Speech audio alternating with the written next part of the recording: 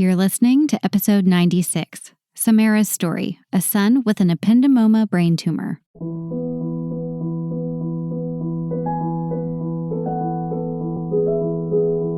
Hello, my friends. I am Katie Taylor, certified child life specialist and host of the Child Life On Call podcast. I'm so happy you're here today to introduce you to Samarrah and her story about her son. And this is the kind of person that she is. When I have guests on the podcast, I send them a quick form to fill out so I can get to know them. And one of the questions is, what would you tell another parent who's going through a similar situation? And do you want to know what she wrote? I'm here to talk if you need me. This is the kind of person that she is. So she's got lots of wisdom and takes us through the whole journey of her son having a head tilt and then getting diagnosed with a brain tumor, which she equates to being basically like getting on a train that never stops, and you didn't know you had a ticket for it. Another thing that she wrote to me, which I just think is really timely when you think about the season that we're in right now and the holidays and the pressure to show up and look cute and do holiday pictures and savor the moment. And her advice to other parents is just to be present. And I think that's something that we can do. So as you listen to her story, be present with her words and then take the wisdom that she's giving to you and go throughout the rest of your day or your week. And of course, please share the story because their story deserves to be shared and she has so much to offer. So let's get started with Samarrah's story.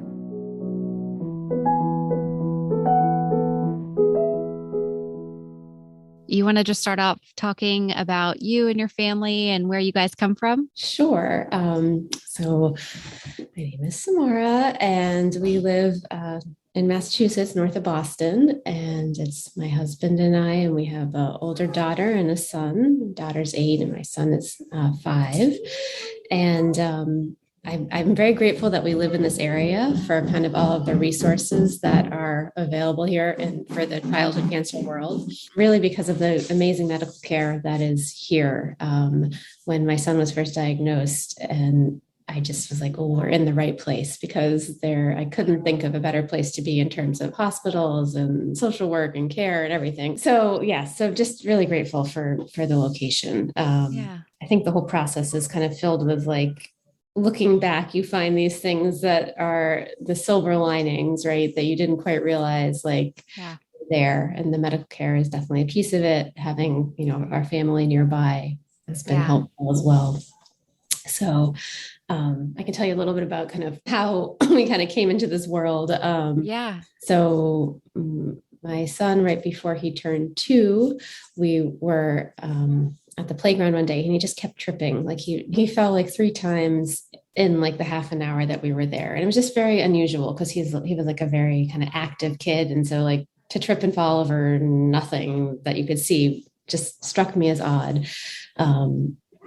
And then I noticed that his head was like slightly tilted to the side and it was very subtle, but I was like, I just had this like feeling something's not right. So we went to the doctor actually that afternoon.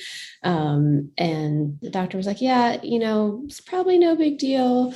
But just, I can tell you're worried. And he's like, why don't you get an MRI just to kind of rule things out and be or CAT scan, I think is what he said at the time, and be safe. So I came back home and my husband and I, we were talking about, should we do it? Does it make sense to do this? Cause we had to go through like the hospital to do it. We couldn't, but we decided, okay, I have this feeling, let's just do it. It's probably nothing like he said, but to be safe. And so that scan showed that he had a brain tumor.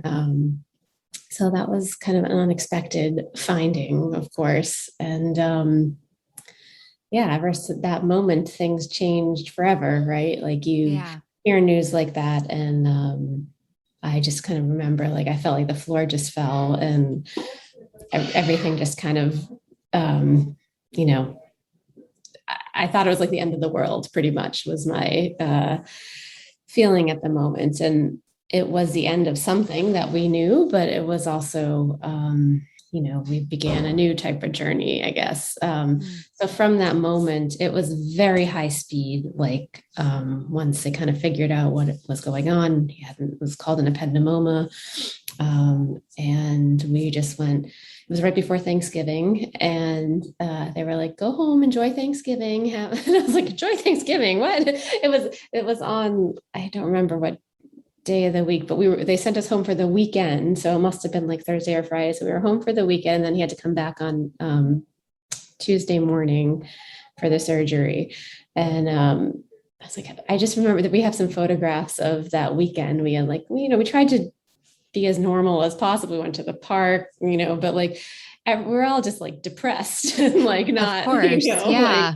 so that was a very surreal thing to have that. I am grateful that we did have some of that time. I know a lot of people have to like rush right into surgery and don't even have to think about it, but we had to wait for this special uh, machine that they use at the hospital that they don't have in every operating room, and it was available like on the Tuesday, and that's why. And I guess he was stable enough that we could do that. So in a way, it was good that there was some time, but it was a very odd, like this holding, waiting pattern, and Yeah. is this the last time we're ever going to see him? And, I mean, just like all these crazy thoughts that Yeah.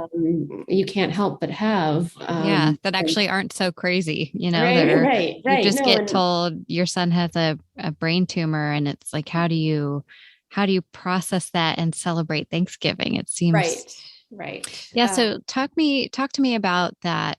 When you got the news, were you and your husband able to be together during that? And what was that like? So that was actually, it's probably like thinking about it, one of the more painful parts of the story, because so I have, as I said, I have an older daughter and my younger son. And so I was home with our daughter while my husband took my son to the hospital to get the scan. And, when you go to the hospital, for some reason it ended up happening like in the middle of the night.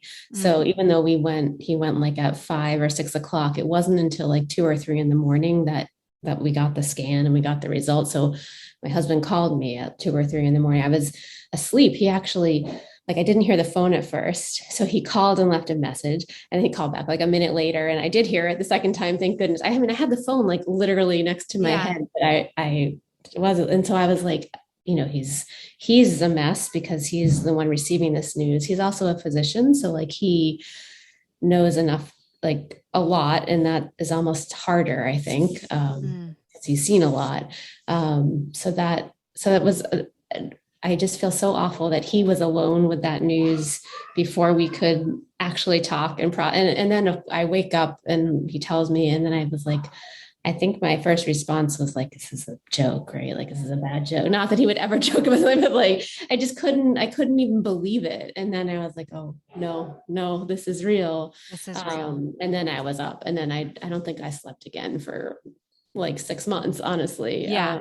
Yeah. I just, it was just so shocking. And it was so hard not to be able to be together to process the news. And then the next morning, I was like, okay, we need, someone needs to come and watch my daughter. I need to get to the hospital. And so that's kind of what happened is Yeah. family take over at that point. And then we were together at the hospital, and my son was never alone at the hospital. There was always one or both of us there for weeks and weeks. Yeah. Um, What is after his surgery, there's probably a recovery component to brain surgery. And yeah. when did they start treatment after that? So he was in the hospital for a good 3 weeks, like after the surgery. They want to start as soon as possible, but he needed to be like kind of strong enough to withstand it. So I think it was like the middle to end of December that we got out of the hospital, and he started his radiation, which was 6 weeks of radiation in January. So it was a pretty quick, and he did not do well in the hospital. Like he was, I don't know if any kid really does well in the hospital, but Mm-hmm. he stopped talking, and I mean, he was little, right? So, but before the surgery, he was chatty and he wouldn't say a word, and he didn't start talking again until we got home, literally. Wow. Yeah. So that was like 3 weeks of, and not talking, and he couldn't sit up, he couldn't hold his head. It was like he went back to like infancy. Mm. And I'm sure there was, of course, pain and discomfort associated with the surgery, but he couldn't tell us, right? But I think more it was like this, like almost like a psychological pain of what he just went through, that he also couldn't tell us, but I could tell with the not talking and the he couldn't swallow, he had a feeding tube. I mean, it was a lot of stuff, but it really was like back to birth. My husband and I said it was like a rebirth. And thankfully over the course of a year, really a year, like a lot of those things started to come back. Like he was able to hold up his neck. I remember the first time he pulled himself up at home, like so he could stand. It was like, and that was like in December, or late December, early January, he did that again. So it was like, when he could sit up by himself, it was all these things. It was like the milestones again, and we didn't know if he would reach them, as a part of the recovery. So there was, a lot of uncertainty for sure, but a lot of joy when we saw that, well, first of all, that he survived the surgery, but that he was coming back to be the boy that we knew. And, he had deficits, he still does, but he has really caught up in a way that we never expected. So like he can eat now and swallow and all these, but it was like, these are things that I will never take for granted because of having lost them. And, and the speaking, I mean, we weren't sure if he's going to speak again. Like, so just all these, so much question, a lot of, it's hard to live with that unknown. Yeah, a lot of unknowns. I think a lot about, him not talking in the hospital. And I'm sure there were lots of factors, like you said, medical factors, but the psychological factors too. And one thing we see a lot is that children in the hospital really don't get to control much. Right. But the one thing they do control is their voice and when they choose to talk. And if they don't feel like it, like they're not going to. Yeah, and I totally can see that. And the fact that he got home and started talking again, it's like, guess what? I do what I want.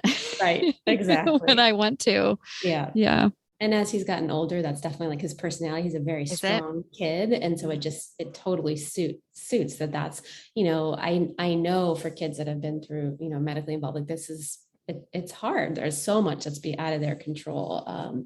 So yes, that was what he could control.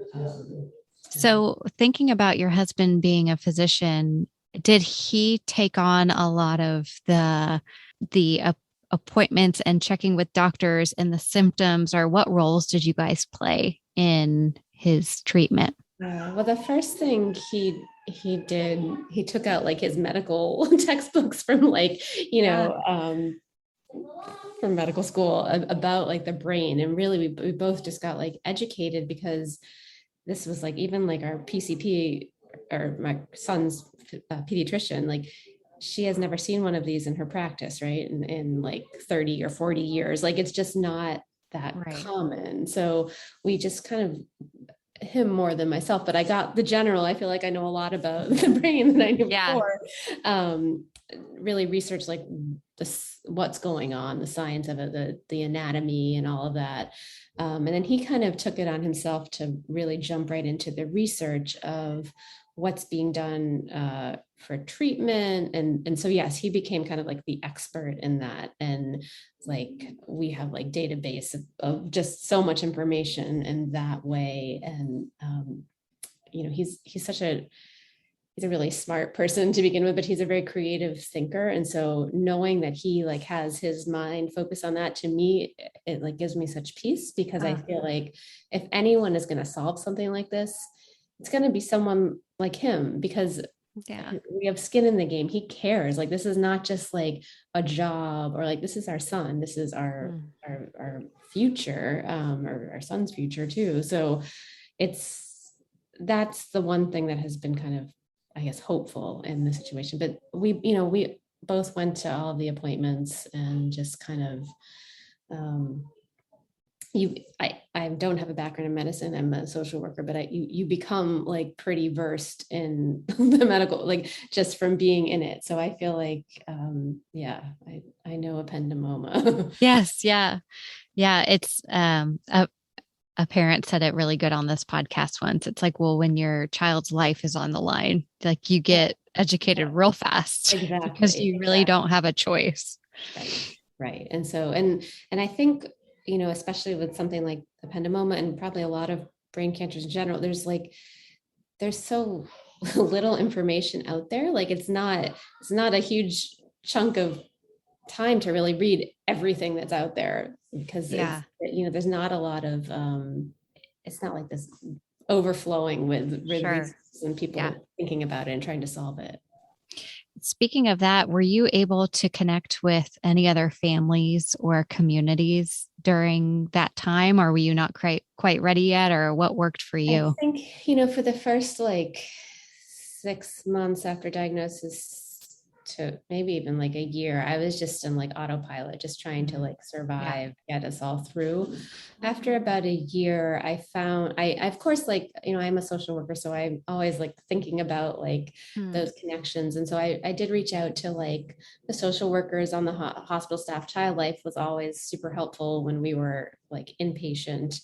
Um, and then I started to look for like support groups. There's not much locally, but I found a strong kind of online community and I got involved in that. And so then I started to kind of grow my. Yeah. I do remember I did talk to like someone on the phone early on. I don't remember the conversation, but just knowing that it was another like ependymoma Yeah. mom was Yeah. helpful. Yeah. So yes, I definitely reached out where I could. We'll be right back. We are sponsored by Magic Mind, which is the world's first productivity drink. And if y'all have been following along with me for a while, you know I rely heavily on caffeine, especially that 2 p.m. coffee to help me be productive when I'm working on Child Life on Call or podcasting or being a mom. But that inevitable crash happens, and so I've been looking for something to help me be more productive without all the caffeine. James Bashara, who's the creator of Magic Mind, had a similar issue. His doctor made him give up caffeine because of a heart condition. So he worked to put all of these ingredients together with food scientists and physicians and to come together with Magic Mind. I take it after I drink my coffee in the morning, and it helps make me feel productive for the rest of the day. So for Child Life on Call listeners, if you go to magicmind.co/childlifeoncall, you enter code childlifeoncall20, you get 20% off your order. So magicmind.co/childlifeoncall, enter childlifeoncall20, and you get 20% off your order. I truly hope you enjoy the benefits of this like I did. Go to magicmind.co/childlifeoncall. Yeah, and thinking about you as a social worker too, I struggle with this myself as like a child life specialist, and it's hard to wear both hats at the same time. And it's like, am I looking at this too like within the lens of child life? Am I mom enough? It's hard to know where you find And yourself. you can't like, social work your family, right? Like I'm mom first, and like Yeah, that, yeah, so, and that's most important. And that was actually been, I think, really important in this process to call on other people, like when I felt mm, like they were needed, so like, I knew at one point I wanted my son to see like a therapist as he got a little older to kind of maybe process some of this. I was like, that's not me, right? But I right. can help find someone and find a good match, which, I did. So I think it's helpful to have the skills, but you really have to know when to kind of turn them off, Yeah, because I was feeling overwhelmed well, I would think I would feel overwhelmed without yeah, the social work knowledge, but um, again, like my husband, it's like sometimes a little too much, sure. and so yeah, just trying to kind of put that aside and be mom because that's Yeah. really what everyone needs. And what about big sister? And by the way, how old is your son now? So he's 5 now. He's Yeah. 5 now. Okay. And how did big sister handle the separation from brother during treatment and watching you guys go through all this? That was really hard for her. She was 4 at the time that he was diagnosed. She was in preschool. but it was like a year of the crazy flu. I remember, I don't know if you remember, and like, so we actually kept her out of preschool for like 6 weeks while he was getting treatment, because he couldn't get sick because that means they would stop the treatment. So it was really hard for her because so much changed all at once. And she's very close to both my husband and I. And so to have one of us not there was difficult. I worked really hard to have like, special time with her when I was home, to have like a relative who she's very close with, have special time with her when I wasn't home. And we tried to kind of make it as like, kind of normal as possible, but it was so not normal. And that's kind of how this book that I wrote like grew out of that experience, because I was really trying to find anything, tools for her to like to help explain what she was going through. She's a kid that's like a very big feeler and not as much verbal at first. She needs to kind of like chew on it, and then she'll come up with something. Even at 4, she was like, wow, yeah. So I knew that I needed like something to kind of like draw out the conversation with her so we could have a conversation. And so I was looking for like books or something, anything, just to like, I found like dolls with no hair, but that wasn't really like that was not her experience. So I ended up, I found one book. It was like very dark. Like the pictures were very dark. And I was like, this is scary. I ended up writing this book to kind of help her understand like, that like kids get sick, right? They go to the hospital, and that kids get better sometimes, but more about knowing like that the hospital doesn't have to be this scary place. So we, when we could, we brought her to the hospital to visit her brother. We did that like a few times. But once the book came out, which was a little bit after, he had been home and all of that, it was like a year or two. Both of them were looking at like, oh, that's kind of like what happened to my brother, she said. And I was like, exactly, and it was very like touching that she kind of saw that similarity, and could see that like, I wanted to just kind of normalize that, like, you're gonna know someone in your world as a kid that goes to the hospital, either as a sibling or a friend or a relative. That's just, it's gonna happen at some point. And to not be like afraid of it, to be able to talk about it before it becomes super scary. And so, I think hopefully this book can do that for a lot of kids, but it certainly helped for her to be able to talk about, what was going on. And for my son, when he saw it, he didn't want to dive deep, and that's fine. He was talking about the pretty pictures and the colors, and kids are going to take it where they need it at the moment. And that's what I love about like books and tools. It's like they'll use it how they want to use it. And instead I found my son, we have like a doctor's kit, and he was like always doctoring like the teddy bears. I was like, oh, that's fascinating, right? But that's how he wanted to like process it. So it's so true. You can read a book 5 times and have 5 totally different experiences with it based on what your child's able to handle at that moment. And what's the name of your book? It's called Will Jax Be Home for Thanksgiving? Oh, Will Jax Be Home for Thanksgiving? Oh, and so I want to go back to you a little bit. Retrospectively looking back, what do you think helped you get through each day the most? I guess if you could choose a few things that helped you get out of bed and just continue on. I think one is just my family, kind of seeing my daughter, seeing my husband, and seeing my son. Like we in this moment, we're all together, and that felt like a huge motivation to kind of keep.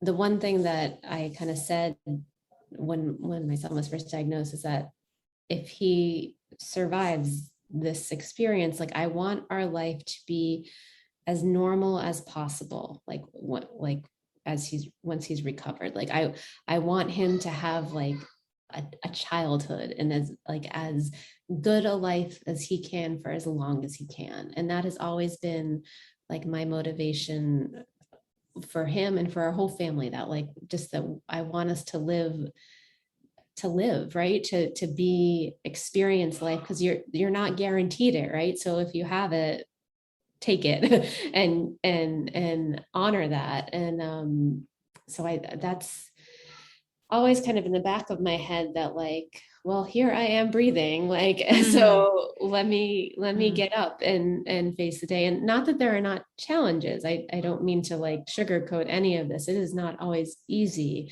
But that I think is what keeps me going, just knowing that I have a choice, right? I could give up. I could, put the covers over my head and just give up. And I certainly have felt like that. And I do feel like that sometimes. It's not that feeling isn't there, but I think I've just chosen, for as much as I can, to be as present as I can. Yeah. And just do the best I can. And so, yes, again, I think just thinking, the other thing that has helped is just being in the moment as much as possible. And so for me, like, exercise helps me do that, or meditating. Like, I had a strong yoga and meditation practice before all of this. And, that has continued. And, just whatever it is for each person, I know it's different, but like to have something that just brings you to be in the present. Because I think you can't, the second I start worrying about, well, the future, or what's like, will he make it to high school? Will he get his driver's license? With all these things, it's too much, and it doesn't help anyone. And it just, you go into like crazy mind. And so, I think trying to be, and so it's like simple, like, trying to get sleep when I can sleep, like, that whole like 6 months without sleep wasn't good for me. So, no. And I still, like, I can say that's probably one of my current, like, that's a challenge that I think this experience has left me with. Like, I don't sleep well anymore. Like, I just, that's, what's happened. But I'm aware of that. And I try to, I try all sorts of things to, to fix it. Yes, absolutely. More milk and meditation before sleep. Well, you have lots of reasons to keep yourself up at night. You've been through a lot. So I would love to know what your son has taught you through this process, maybe either something about life or yourself that he specifically gave to you. Yeah, I think for him, he has such a positive and strong like personality and attitude, that he is a type of person that can be positive no matter what, like minus the like inpatient time in the hospital. Since then, he shows up at, like, we get, regular scans and all sorts of appointments. He's like, when he had the radiation, he got to press the button and pick the color, and he was like having a blast. He's like, when do we get to see nurse so-and-so? And, he was going there to play. He thought it was like his playhouse, which it was not. But he just brings such a like joy and energy and zest for life. And that is something that I really respect about him, and hope to do the same. It's like nothing can stop him. Nothing has, That's amazing. Well, what a testament to your hospital as well, for letting him have that childlike experience in the hospital. They were amazing. And where did you guys get treatment? He got treated at Children's Hospital in Boston. This was also for his surgery. And then he went to Mass General Hospital for his radiation, and then was followed at Dana-Farber Jimmy Fund for kind of ongoing, which is affiliated with Children's Hospital. So we've just been so lucky. But the radiation piece, which was intense, right? It's 5 days a week for 6 weeks. And it was like in the middle of the winter, and we're driving. It was horrible. But like 6 a.m, he had to be sedated for every radiation because he was so young, and you have to be still. So he had anesthesia for 6 weeks straight, basically.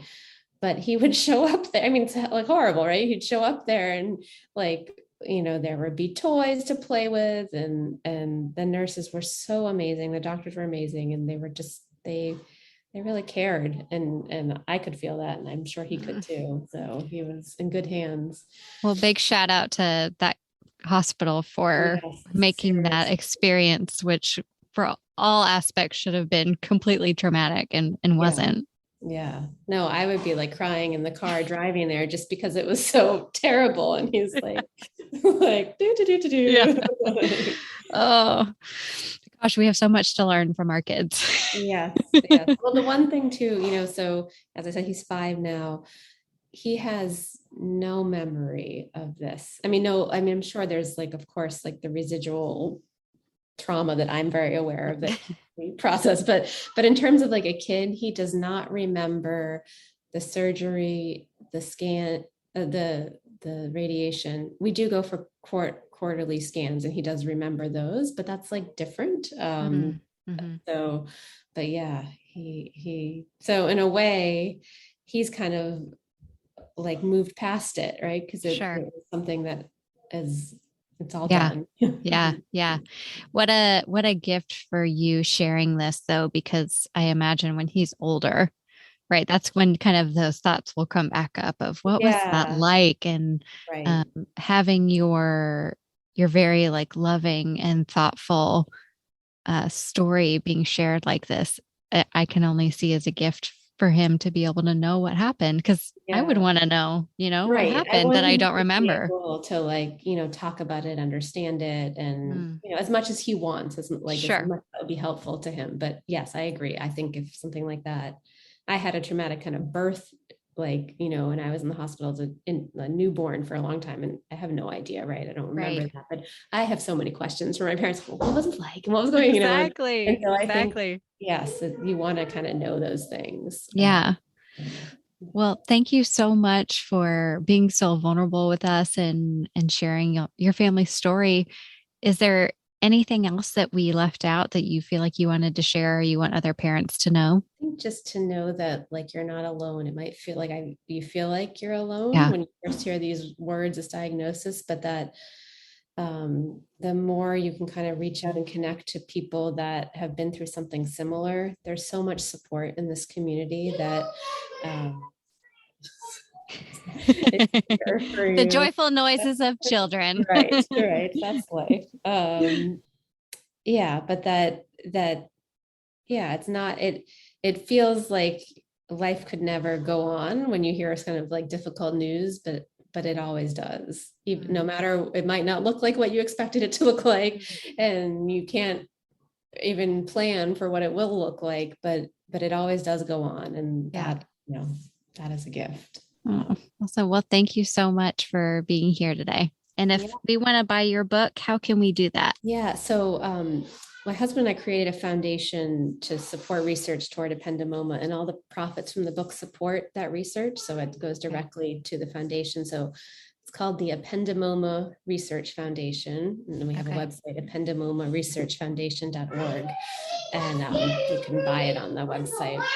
Okay, awesome. Well, thank you so much. And I'll make sure I link to all that. And yes, it's a mouthful to. Yes. Well, thank you.